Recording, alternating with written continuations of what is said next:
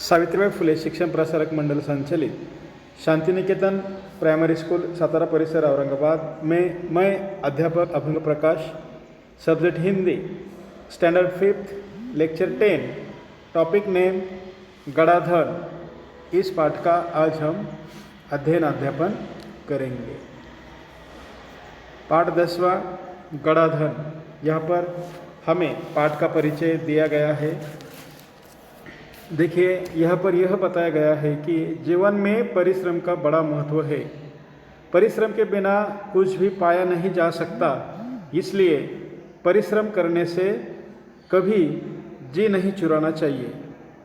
इस कहानी के द्वारा यही सीख दी गई है।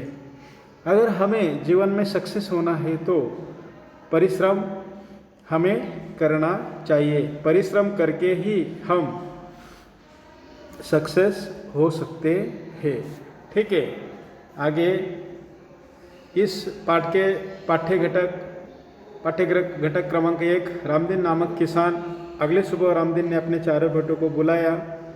रामदीन के जाने के बाद और पाठ्य घटक क्रमांक 4, खेत में नन्हे नन्हे अंकुर निकल आए। अभी हम इस पाठ्य घटक के संबंधी जानकारी देखेंगे। यहाँ पर जो पहला पाठ्य घटक है हमारा, सुंदरपुर गांव में रामदीन नामक किसान रहता था। तुम पाठ्य पुस्तक के पेज नंबर 14 पर भी इस पाठ को देख सकते हो। ठीक है, देखिए, सुंदरपुर गांव में रामदीन नामक किसान रहता था। यहाँ पर तुम्हें स्क्रीन पर रामदीन और उनकी पत्नी वहाँ पर दिखाई दे रही है। वह रामदीन किसान है। ठीक है, उसके 4 बेटे थे। उनके सामने जो 4 लड़के खड़े हैं वे रामदीन के बेटे हैं। रामदीन स्वयं तो बहुत परिश्रमी था, पर उसके चारों बेटे बड़े आलसी थे। हर समय इधर उधर बैठकर गप्पे मारा करते थे। रामदीन इनके इस अल्लड़पन से परेशान था। उसे हमेशा बेटों के भविष्य की चिंता सताया करती। वह दिन रात यही सोचा करता कि बेटे अपना पेट कैसा पालेंगे, क्योंकि उनके बेटे, रामदीन के बेटे, कुछ काम धंधा नहीं करते थे। एक रात वह इन्हीं विचारों में खोया था। तभी उसकी पत्नी ने झिझकते हुए उसे एक उपाय सुझाया। उपाय सुनकर वह कुछ देर सोचता रहा, फिर एकाएक खुशी से उछल पड़ा। कौन? रामदीन। ठीक है, यहाँ पर पाठ्य घटक क्रमांक 2, अगली सुबह रामदीन ने अपने चारों बेटों को बुलाया। यहाँ पर हमें चित्र में दिखाई दे रहा है रामदीन अपने चारों बेटों से कुछ बातचीत करते हुए यहाँ पर नजर आ रहे हैं। ठीक है, अगली सुबह रामदीन ने अपने चारों बेटों को बुलाकर कहा, मैं और तुम्हारी माँ अब बूढ़े हो गए हैं। हम दूर तीर्थ यात्रा पर जा रहे हैं। मैंने खेत में धन गाड़कर छिपा रखा है। यदि कोई ज़रूरत पड़े तो उसे निकाल कर उपयोग कर लेना। गड़े हुए धन की बात सुनकर बेटे खुश हो गए और उन्होंने अपने पिताजी को खुशी खुशी तीर्थ यात्रा पर जाने के लिए कह दिया। बेटे भी खुश हो गए और उन्होंने तीर्थ यात्रा पर जाने के लिए कह दिया। वे मन ही मन में खुश हो गए कि अब कुछ दिनों तक पिताजी का बंधन भी उन पर नहीं होगा, चारों बेटों पर। लेकिन पिताजी ने तीर्थ यात्रा पर जाते समय उनसे एक बात कही थी कि मैंने खेत में धन गाड़कर छिपा रखा है, यदि ज़रूरत पड़े तो तुम उसे निकालकर खर्च कर लेना। लेकिन पिताजी ने उन्हें यह नहीं बताया था कि खेत में किस जगह पर उन्होंने धन गाड़कर छिपा रखा है। यह बात रामदीन ने अपने बेटों से नहीं बताई थी। केवल यही कहा था कि मैंने खेत में धन गाड़कर छिपा रखा है, उन्हें निकालकर तुम खर्च कर लेना। ठीक है, आगे रामदीन के जाने के बाद कुछ दिनों तक सब कुछ सामान्य चलता रहा, पर उसके बाद पास का धन और घर का धान्य समाप्त होने लगा। यहाँ पर देखो, चारों बेटे जो है बर्तनों में कुछ धान्य खोज रहे हैं, लेकिन घर का सारा धान्य कुछ दिनों के बाद समाप्त हो गया। अब चारों भाइयों को चिंता हुई। उन्हें अपने पिताजी की कही बात याद आ गई कि जरूरत पड़ने पर खेत में गड़ा धन निकाल लेना। उन्होंने रात के समय खेत की खुदाई का काम आरंभ किया। चारों बेटों ने वे 2-3 रातें खेत को खोदते रहे, पर कहीं भी उन्हें गड़ा हुआ धन नहीं मिला।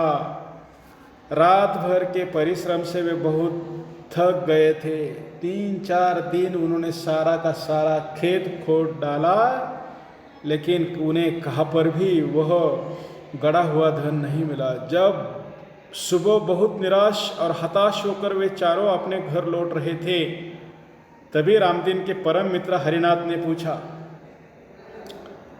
तुम सब थके क्यों हो? कारण जानने के बाद हरिनाथ ने उन चारों को सलाह देते हुए कहा, तुम लोगों ने खेत तो खोद ही लिया है, अब उसमें बीज बो दो। चारों भाइयों के उदास चेहरे पर खुशी की लहर दौड़ आई। उन्होंने हरिनाथ के कहे अनुसार ही किया। हरिनाथ की बात उन्होंने सुनी। आगे यहाँ पर देखिए, खेत में नन्हे नन्हे अंकुर निकल आए।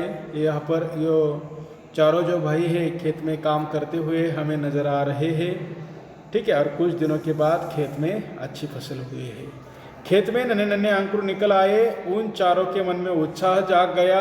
वे निराई गुड़ाई का काम करने लगे। खेत में गुड़ाई यानी मिट्टी खोदकर भुरभुरी करना। फसल बहुत अच्छी हुई। हरिनाथ काका को धन्यवाद देकर वे फसल को बाजार में बेचने के लिए ले जाने की तैयारी में जुट गए। बहुत अच्छी फसल हो गई। उसी समय तीर्थ यात्रा से रामदीन और उसकी पत्नी लौट आए। माता पिता के आते ही बेटों ने उनके चरण स्पर्श किए। गाड़ी में लदे अनाज के बोरे देखकर रामदीन ने कहा, अब तुम्हें खेत में गड़े धन का राज समझ में आ गया होगा। चारों ने सिर हिलाकर स्वीकार किया और कहा, हाँ पिताजी, अब हम यह भी समझ गए हैं कि जीवन में परिश्रम के बिना कुछ भी संभव नहीं है। परिश्रम से ही धन कमाया जा सकता है। यह बात उन चारों बेटों के समझ में आई।